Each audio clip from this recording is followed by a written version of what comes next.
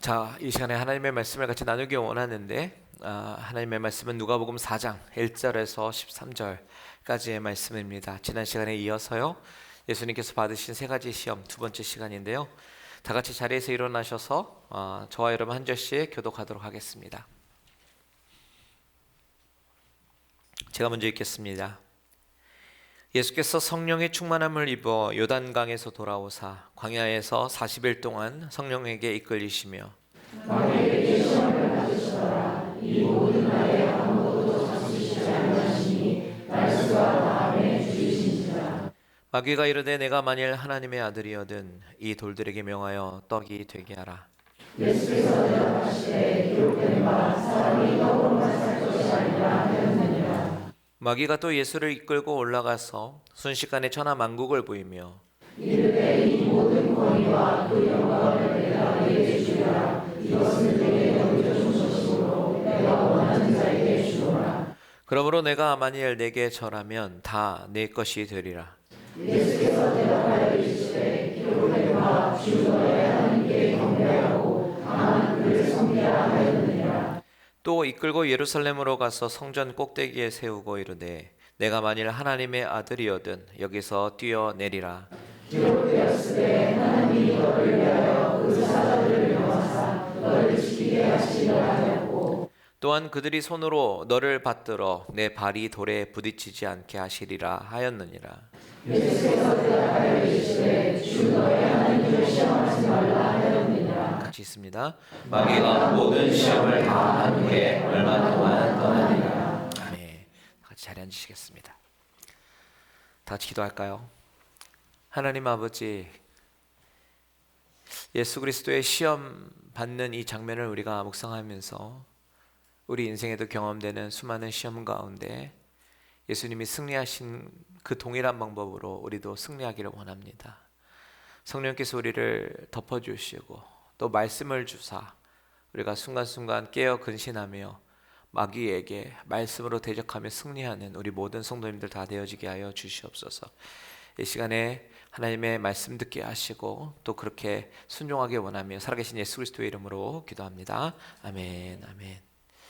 자, 오늘은 예수님이 받으신 세 가지 시험 가운데 두 번째 시험에 대해서 생각해 보겠습니다. 방금 기도했던 것처럼 우리가 이 세상을 살아갈 때 우리가 인지하든 인지하지 못하든 우리는 수없이 많은 시험이 우리의 삶을 흔드는 것을 경험합니다. 그것은 지난주에 말씀드린 것처럼 하나님이 주시는 믿음의 시험이 있고 또 마귀가 주는 템테이션이 있습니다. 그런데 이 두 가지 시험 가운데 둘 다 이기는 방법은 똑같아요. 바로 하나님께서 주시는 믿음의 원리 가운데 믿음으로 반응하는 것이 바로 우리가 시험을 이기는 방법이죠. 믿음의 중간고사도 믿음으로 반응해야 되는 것이고 템테이션도 믿음으로 반응해야 된다라는 겁니다. 오늘 본문을 통해서 우리는 믿음의 길이란 어떤 것인가, 그리고 그 가운데 마귀가 주는 시험에서 우리는 어떻게 반응을 해야 할 것인가에 대해서 생각해 보려고 해요. 먼저 5절을 같이 읽어보겠습니다. 시작. 마귀가 또 예수를 이끌고 올라가서 순식간에 천하 만국을 보이며. 자, 여기 보시면 마귀는 또 예수님을 이끌고 올라갔다라고 말을 합니다. 우리 여기서 발견되는 메시지가 한 가지 있죠. 또라고 이야기합니다. 또. 여러분, 마귀는 한 번 실패했는데 그것 가지고 포기하지 않는다라는 사실입니다. 또 옵니다. 우리가 시험에 한 번 이겼다고 그것은 영원한 승리가 되지 않아요. 나의 연약함이 어떤 것인지 마귀는 너무나도 잘 알고 파악을 하기 때문에 또 다른 무기를 가지고 찾아옵니다. 그래서 베드로 사도는 믿음을 굳건히 해서 그를 대적하라라고 권면하고 있죠. 우리 베드로전서 5장 8절과 9절 같이 한번 읽겠습니다. 시작. 근신하라, 깨어라. 너희 대적 마귀가 우는 사자같이 두루다니며 삼킬 자를 찾나니 너희는 믿음을 굳건하게 하여 그를 대적하라. 이는 세상에 있는 너희 형제들도 동일한 고난을 당하는 줄을 압니다. 여러분, 우리가 가는 신앙의 길, 신앙의 여정이라고, 믿음의 여정이라고 하는 것은 늘 순탄하지만은 않습니다. 수시로 깨어서 마귀를 대적해야 하는 그런 치열한 영적인 전투의 현장 속에서 우리는 싸우며 나아가는 그런 길이 바로 신앙의 길이고 믿음의 여정입니다. 잠깐 마음을 놓으면 또 다른 방법을 가지고 찾아와요.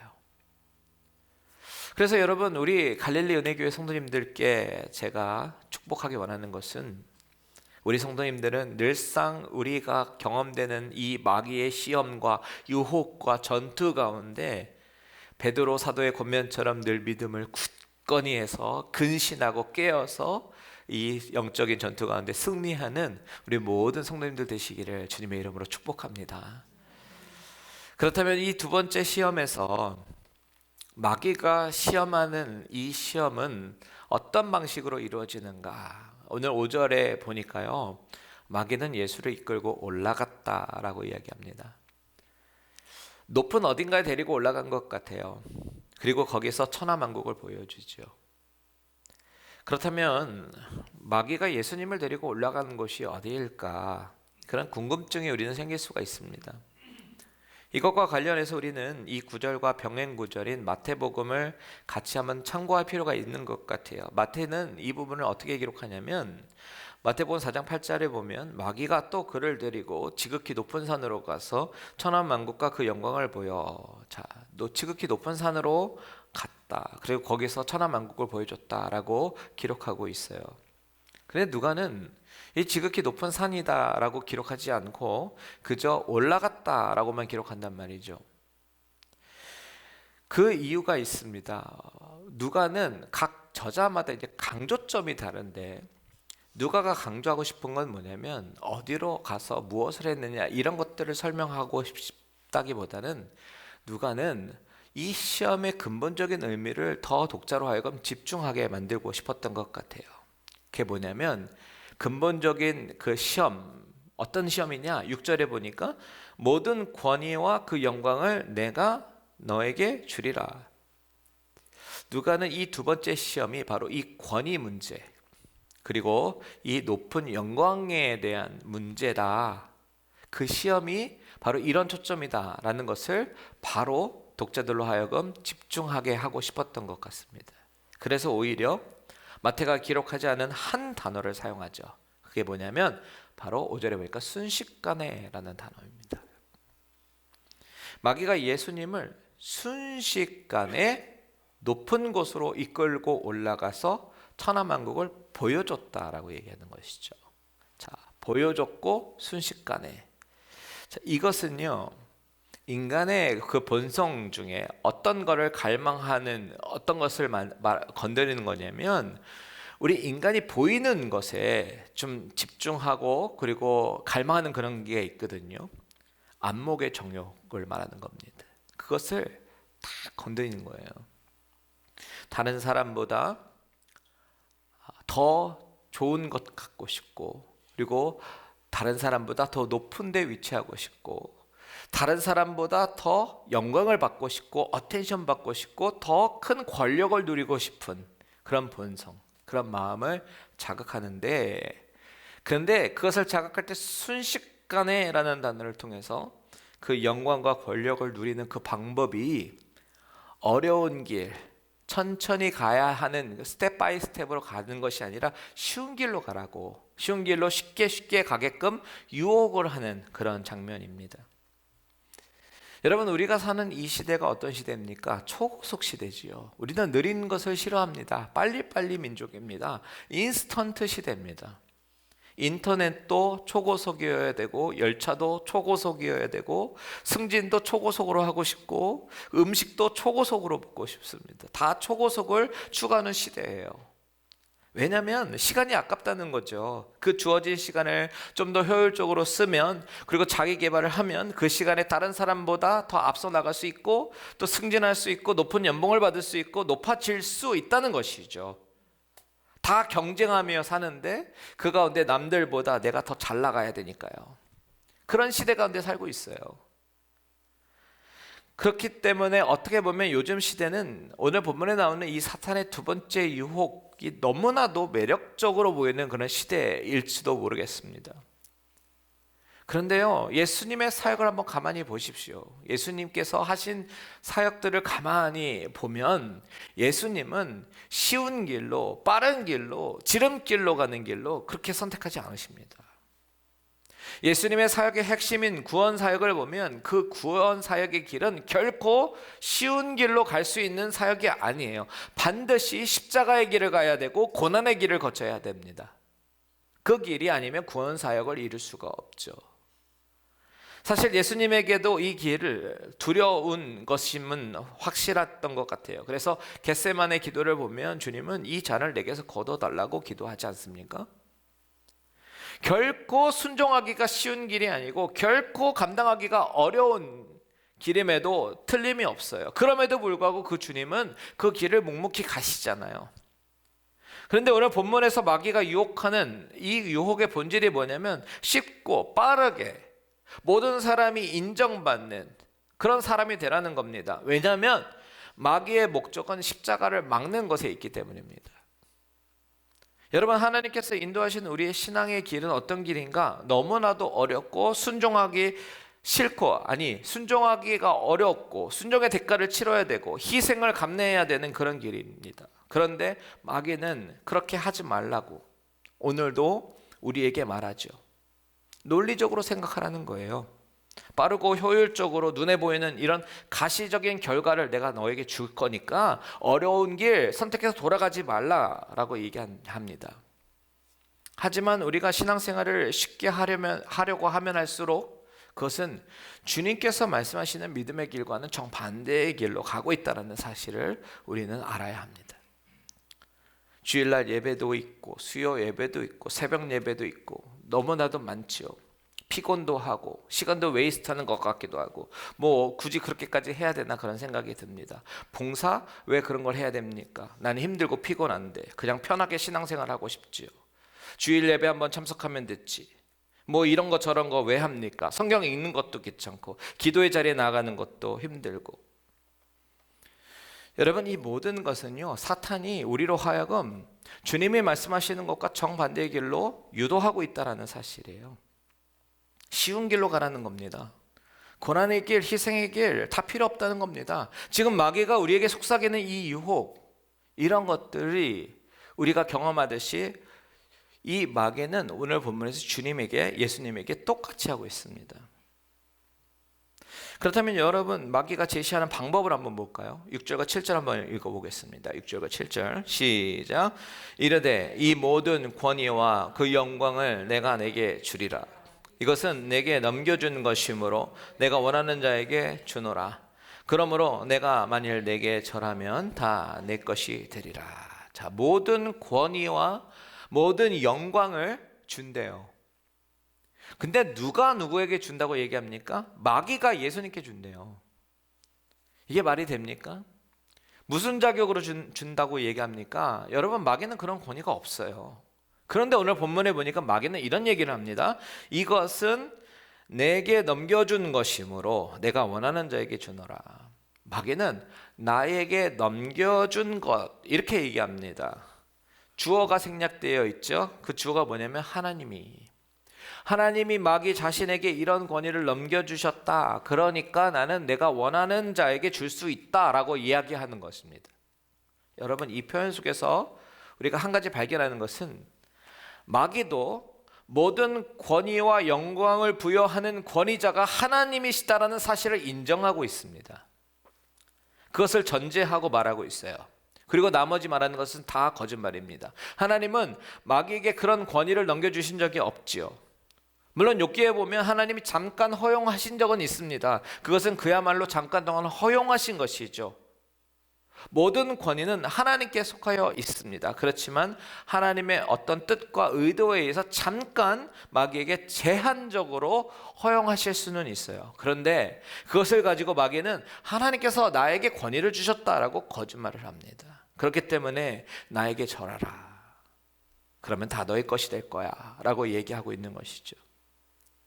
여러분, 여기서 우리는 7절에 나오는 내게 절하면 절하라 라는 이 단어를 주목해 볼 필요가 있습니다.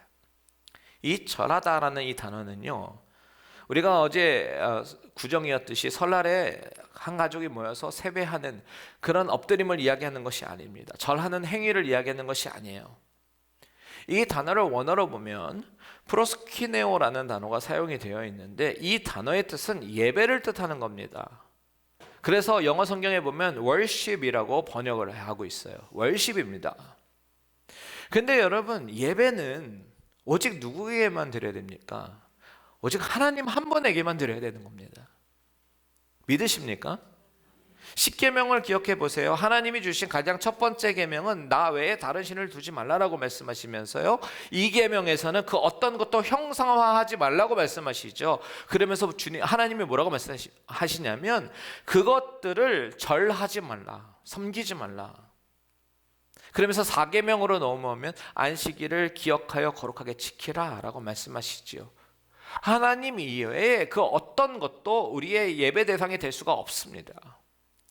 오직 경배받으시는 분은 하나님 한 분밖에 없다라는 사실이죠. 그리고 그분께 늘 예배하고 경배할 것에 대해서 하나님은 요구하셔요. 이것이 하나님이 우리에게 주신 생활의 바운더리입니다. 게다가 예수님은 또 어떤 말씀을 하셨냐면 사람이 two masters를 섬길 수 없대요. 두 명의 주인은 있을 수 없다라고 말씀하시죠. 한 사람이 두 주인을 섬기지 못할 것이니 혹 이를 미워하고 저를 사랑하거나 혹 이를 중히 여기고 저를 경히 여김이라. 두 주인을 동시에 섬길 수 없다라는 그 이야기는 one or the others라는 겁니다. 둘 중에 하나라는 거죠. 지금 마귀가 내게 절하라, 내게 경배하라, 내게 예배하라 이렇게 이야기하는 것은 무슨 의미예요? 하나님을 예배하지 말라라는 그런 이야기를 하고 있는 겁니다. 여러분, 마귀의 유혹은 하나님께 예배하기보다는 그것 말고 좀 쉬운 길로 세상에서 영광받고 세상에서 권위를 가지고 한번 살아봐라 라고 이야기를 하는 겁니다. 그렇다면 마귀는 왜 예배를 못하게 하는 걸까요? 왜냐하면 그 예배라고 하는 것은 우리가 드리는 이 예배 드리지 못하면요, 우리의 영이 죽기 때문입니다. 우리는 영적인 존재로 지음을 받았기 때문에 예배를 제대로 드리지 못하면요, 예배 가운데 흐르는 영적인 축복을 놓치게 되는 것이고, 그렇게 되면 영적으로 금방 시름시름 앓게 되고, 그러게 되면 죽습니다. 너무나도 분명한 이야기예요. 여러분, 한번 곰곰이 생각해 보세요. 여러분들이 신앙생활하면서 시험에 들었던 때가 언젠가 한번 생각해 보십시오. 아마도 모르긴 몰라도 말씀 읽어야 할 시간에 말씀 보지 않고, 기도해야 될 때 기도하지 않고, 예배해야 되는 시간에 예배하지 않았을 때일 확률이 높습니다. 그런 경우가 대부분일 거예요. 마귀는 그런 틈 놓치지 않고 집요하게 들어오거든요. 다른 성도로부터 시험에 들었어요. 근데 그 시험의 원인이 다른 성도인 것 같지만 사실은 내 마음속에 예배가 잃어버리고 감사가 잃어버리고 말씀이 잃어버리고 기도가 잃어버렸을 때 마귀는 그 틈을 타고 들어온다는 것이죠. 그것이 바로 예배의 힘입니다. 그것이 우리가 기도와 말씀으로 무장되어야 할 이유라는 거예요. 지금 두 번째 시험을 통한 마귀의 목적은 하나님과 예수님과의 관계를 파괴하는 데 있습니다. 마귀라는 말 자체가 시험하는 자거든요. 근데 마귀의 목적이 뭐냐면 하나님을 향한 신앙을 흔들어 버리는 것이 마귀의 목적이에요. 그래서 연약한 믿음을 가진 사람들이 시험에 들면 어떻게 됩니까? 하나님 떠나죠. 믿음을 떠납니다. 교회를 떠납니다. 지금 마귀의 목적은 예수님을 하나님과의 관계에서 끊어내려고 하는 것입니다. 그래서 여러분 잘 보시면 3절을 잘 보시면요, 이런 얘기가 있죠. 마귀가 이르되 내가 만일 하나님의 아들이어든 이 돌들에게 명하여 떡이 되게 하라. 하나님의 아들이어든. 9절도 보세요. 또 이끌고 예루살렘으로 가서 성전 꼭대기에 세우고 이르되 내가 만일 하나님의 아들이어든, 여기서 뛰어내리라. 여러분, 첫 번째 시험하고 세 번째 시험에서 마귀는 너가 만일 하나님의 아들이여건 하나님과 아들과의 관계에 대해서 인정하고 또 그것에 대해서 시험하려고 합니다. 그런데 오늘 두 번째 시험에서는 그 말이 없어요. 그 이유는 무엇일까? 그 하나님과 아들과의 관계를 끊어버리겠다라고 하는 의도가 있는 겁니다. 그 관계를 파괴하겠다. 그것이 마귀의 목적이죠. 시험을 줘서 믿음 약해지고 교회 떠나고 하나님 떠나고, 이것이 마귀의 목적입니다. 그리고 달콤한 유혹을 주는 거예요. 내가 세상에서 영광 줄게, 내가 권위 줄게, 나를 경배해. 하나님 경배하지 말고 나를 경배해. 이렇게 이야기합니다. 그런데 여러분, 주님은 이 마귀의 시험의 본질을 너무나도 정확하게 꿰뚫고 계셨고 의도를 아셨어요. 그래서 뭐라고 대답하시는가? 8절을 다 같이 한번 읽겠습니다. 8절 시작. 예수께서 대답하여 이르시되 기록된 바 주 너의 하나님을 경배하고 다만 그를 섬기라 하였느니라. 또다시 한번 말씀으로 물리치십니다. 기록된 바 주 너의 하나님께 경배하고 다만 그를 섬기라 라고 말씀하십니다. 경배받으시는 분은 오직 누구밖에 없다고요? 하나님밖에 없다. 이렇게 말씀하시는 겁니다.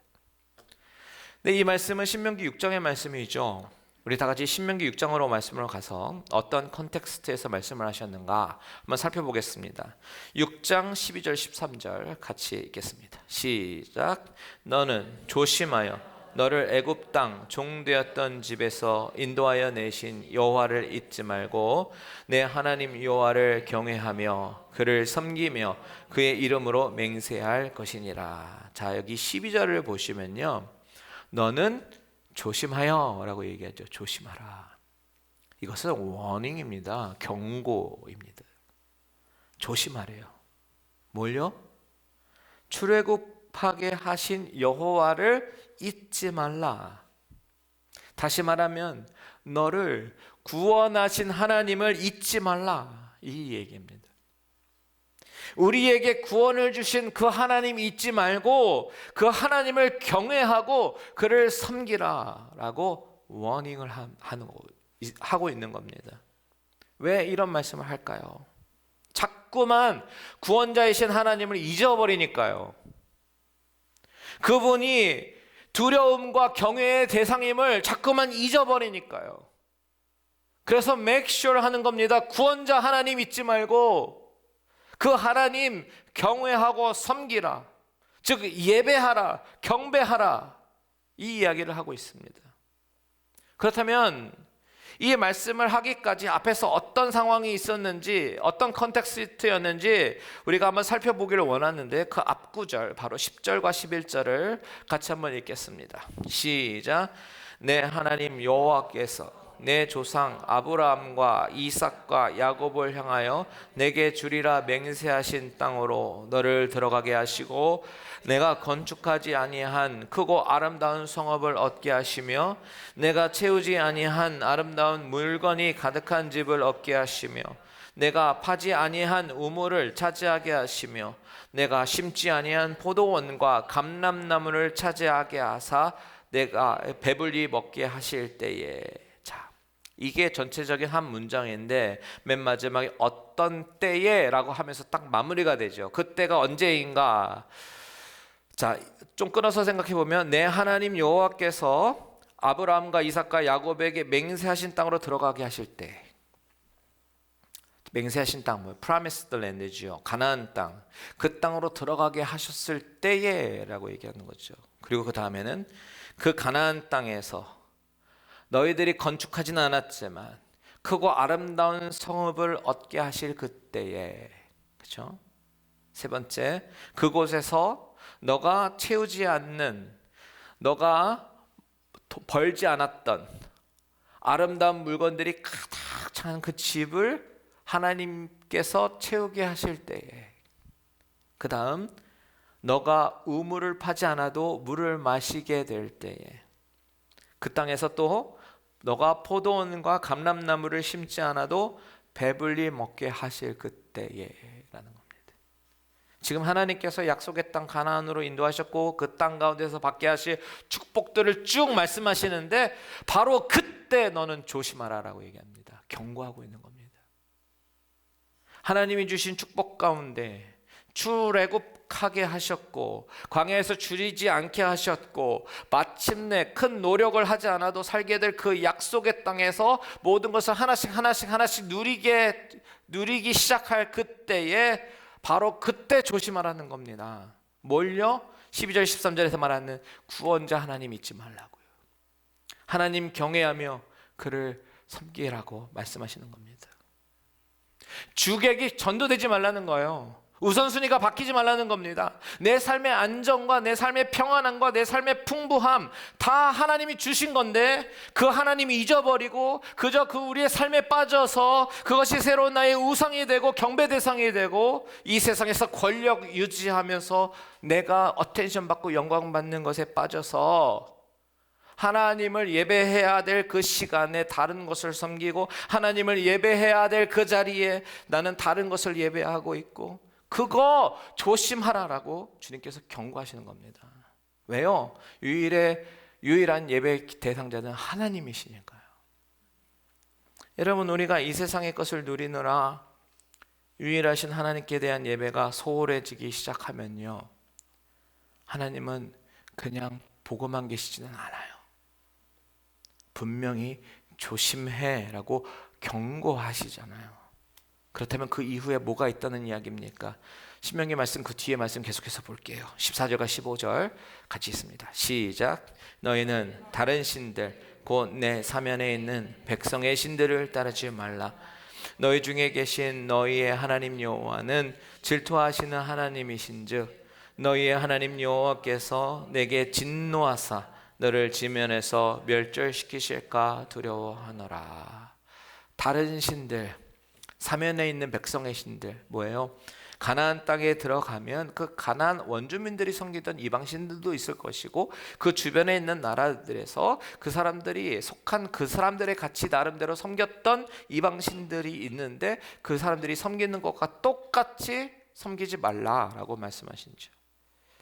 세상 사람들이요, 출세와 성공, 권력을 위해서 수단과 방법을 가리지 않고 치링하고 다른 사람 짓밟고 올라가고 그리고 내 자신도 속이고 다른 사람도 속이고 오직 세상의 영광과 세상의 성공만을 위해서 나아가는 그런 모든 세상적인 방식을 다 제하여 버리고 그런 헛된 영광도 구하지 말고 오직 하나님, 나를 애굽에서 구원하시고 가나안 땅에서 풍성하게 공급해 주시는 그 하나님만을 기억하고 그 하나님께 온전히 예배하는 것, 이것이 여호와 하나님께서 우리로 하여금 살기 원하시는 삶의 방식이다라는 겁니다. 여러분, 다시 말씀드리지만 신앙의 길, 믿음의 길은 결코 쉬운 길이 아니에요. 잠깐 예배당에 앉아 있다고 예배 드리는 것도 아닙니다. 우리가 전심을 다해서 예배하고 또 일상생활로 돌아가면 그곳에서 하나님께서 허락하신 우리의 삶을 살면서 하나님이 원하시는 방식대로 우리가 순종하며 살아야 되는 것이죠. 그 길이 때로는 십자가의 길처럼 험하고 고달프고 아픈 길일 수도 있지만 하지만 그 길이 하나님께서 인도하신 그 길이라면 그것에 기꺼이 순종하며 나아가는 그런 믿음이 저와 여러분들의 있기를 주님의 이름으로 축원드립니다. 그렇게 하기 위해서는 가장 중요한 것 바로 예배에 승리해야 합니다. 예배를 회복해야 합니다. 기도를 회복해야 합니다. 그래야 마귀가 떠나갑니다. 요한복음 4장 23절 같이 한번 읽겠습니다. 시작. 아버지께 참되게 예배하는 자들은 영과 진리로 예배할 때가 오나니 곧 이때라. 아버지께서는 자기에게 이렇게 예배하는 자들을 찾으시느니라. 아멘. 하나님은 참되게 예배하는 자, 영과 진리로 예배하는 자를 어떻게 하신다고요? 찾으신대요. 그리고 그때가 바로 이때입니다. 이 마지막 때에 점점 주님 오실 날이 가까워질수록 마귀는 점점 더 우리의 예배를 방해할 것이죠. 그래서 바로 이때 우리는 더욱더 우리의 긴장의 끈을 놓지 않고요, 마귀의 시험에 넘어지기보다는 하나님 앞에 예배로 승리해야 될 줄 믿습니다. 그래서 저는 우리 갈릴리 은혜교회 모든 성도님들이 예배로 승리하시기를 원해요. 예배 자리에 참석해서 하나님이 주시는 그 영의 그 은혜로 충만히 젖어서 순종하기로 작정하는 그런 모든 성도님들 되시기를 주님의 이름으로 축원드립니다. 아멘. 다 찬양하고 기도하겠습니다.